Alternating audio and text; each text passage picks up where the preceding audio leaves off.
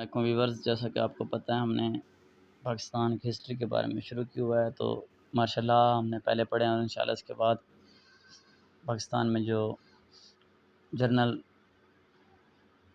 رہے ہیں، صدر رہے ہیں، ان کے ساروں کے بارے میں ہم انشاءاللہ ڈیٹیل سے پڑھیں گے۔ تو پہلے ہم مارشل لاء کو ہی کور کر لیتے۔ تو سب سے جو پہلا مارشل لاء ہے وہ ایوب خان صاحب نے لگایا تھا 1958 سے 1969 تک، اور ان کے ہاتھ سارے واقعات ہم پچھلے لیکچر میں پڑھ چکے ہیں۔ اور جو دوسرا مارشل لاء ہے وہ یحییٰ خان صاحب نے 25 مارچ 1969 سے لے کر 20 دسمبر 1971 تک لگایا۔ تو اس کے دوران جو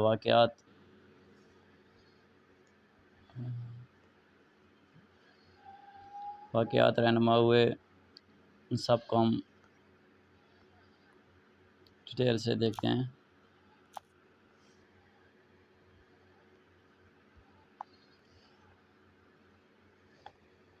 تو سب سے پہلے اگر دیکھا جائے تو یحییٰ خان نے 25 مارچ 1969 کو حکومت سنبھالی، اور انہوں نے 1969 کو ہی دو کام کر ڈالے۔ ایک تو انہوں نے 1962 کا قانون ختم کر ڈالا، اور اس کے بعد انہوں نے 1 یونٹ جو 1955 کو بنا تھا اس کو ختم کر ڈالا اور صوبوں کو دوبارہ بحال کر دیا۔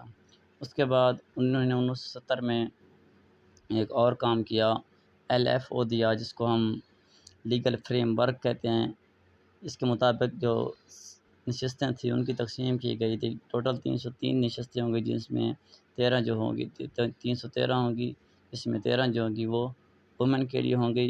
اور انہوں نے کہا کہ میں اسی سکیم کے تحت 7 اکتوبر 1970 کو الیکشن کراؤں گا، کیونکہ اس وقت سیلاب آ گیا تھا تو الیکشن جو ہیں وہ لیٹ ہو جاتے ہیں۔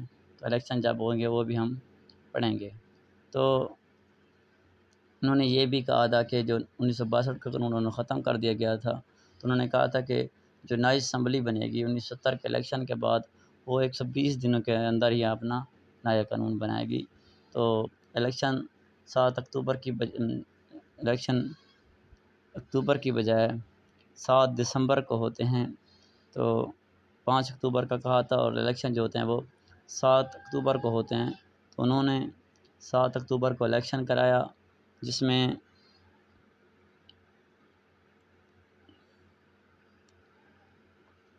پیپل پارٹی کی طرف سے ذوالفقار علی بھٹو ہوتے ہیں، اور عوامی لیگ کی طرف سے مجیب الرحمان صاحب ہوتے ہیں۔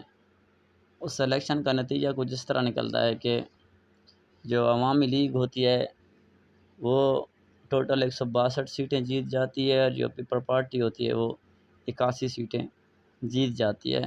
تو اس طرح عوامی لیگ کو بہت زیادہ برتری حاصل ہوئی تھی، لیکن کیونکہ بنگلہ دیش کے علاوہ جو ہمارا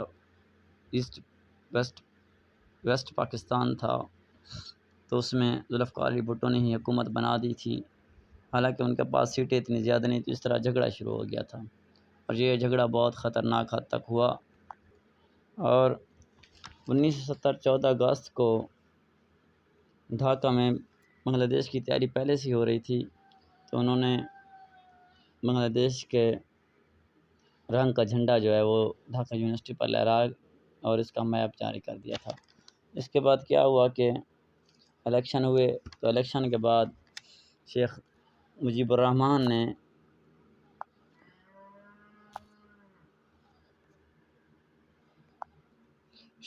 الرحمان نے 3 مارچ 1971 کو ڈھاکہ میں میٹنگ کی، جس میں ذوالفقار علی بھٹو نے کہا کہ اس میٹنگ میں کوئی نہیں جائے گا۔ تو ذوالفقار علی بھٹو نے کہا کہ اس میٹنگ میں کوئی نہیں جائے گا، تو ایک شخص تھا احمد رضا قصوری، تو وہ چلا گیا، اس نے ذوالفقار علی بھٹو کی بات نہ مانی تو وہ قتل ہو گیا۔ تو بعد میں ذوالفقار علی بھٹو کو انہی کے قتل کی سزا میں پھانسی دی گئی تھی۔ اور اسی دور میں جب الیکشن جیتنے کے باوجود بھی مجیب الرحمان صاحب کو حکومت نہیں دی گئی، تو بنگالیوں نے اور ان کے درمیان نان بنگالیوں کے درمیان بہت زیادہ قتل و غارت شروع ہوئی۔ تو قتل و غارت اس حد تک پہنچی کہ 26,000 بندے قتل ہوئے۔ تو اس وقت جنرل تھے تکا خان، تو انہوں نے اس قتل غارت کو روکنے کے لیے ایک آپریشن لانچ کیا۔ اس آپریشن کا نام انہوں نے آپریشن سرچ لائٹ رکھا، جو کہ 25 مارچ 1971 کو دیا گیا، اور 26 مارچ 1971 کو بنگلہ دیشیوں نے اعلان کر دیا کہ اب ہم پاکستان کا حصہ نہیں رہیں گے، اور انڈیپینڈنس ڈے آف بنگلہ دیش بھی 25 مارچ کو منایا جاتا ہے۔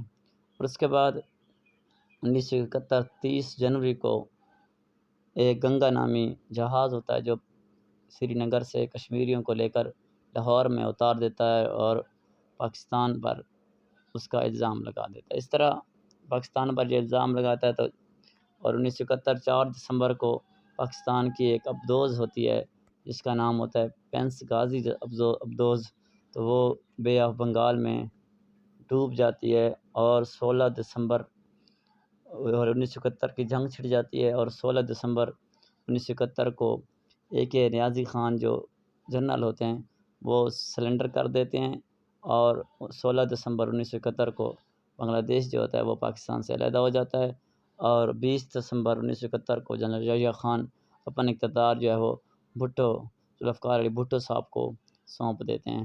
اور اس دوران ایک اور سوال ہے کہ 1971 7 دسمبر سے لے کر 1971 20 دسمبر کر ڈپٹی PM کہیں یا شارٹیسٹ ٹینور آف PM جن کے پاس رہا ہے پاکستان کا نور الامین صاحب، جو کہ صرف 13 دن کے لیے پاکستان کے وزیر اعظم رہے ہیں۔ اور یہ بھی سوال ہے کہ جب سے وزیر اعظم پاکستان کی سیٹ کریٹ ہوئے اس وقت سے لے کر آج تک کوئی بھی وزیر اعظم پاکستان کا اپنا 5 سال مکمل نہیں کر سکا۔ تو یہ دلچسپ بات ہے۔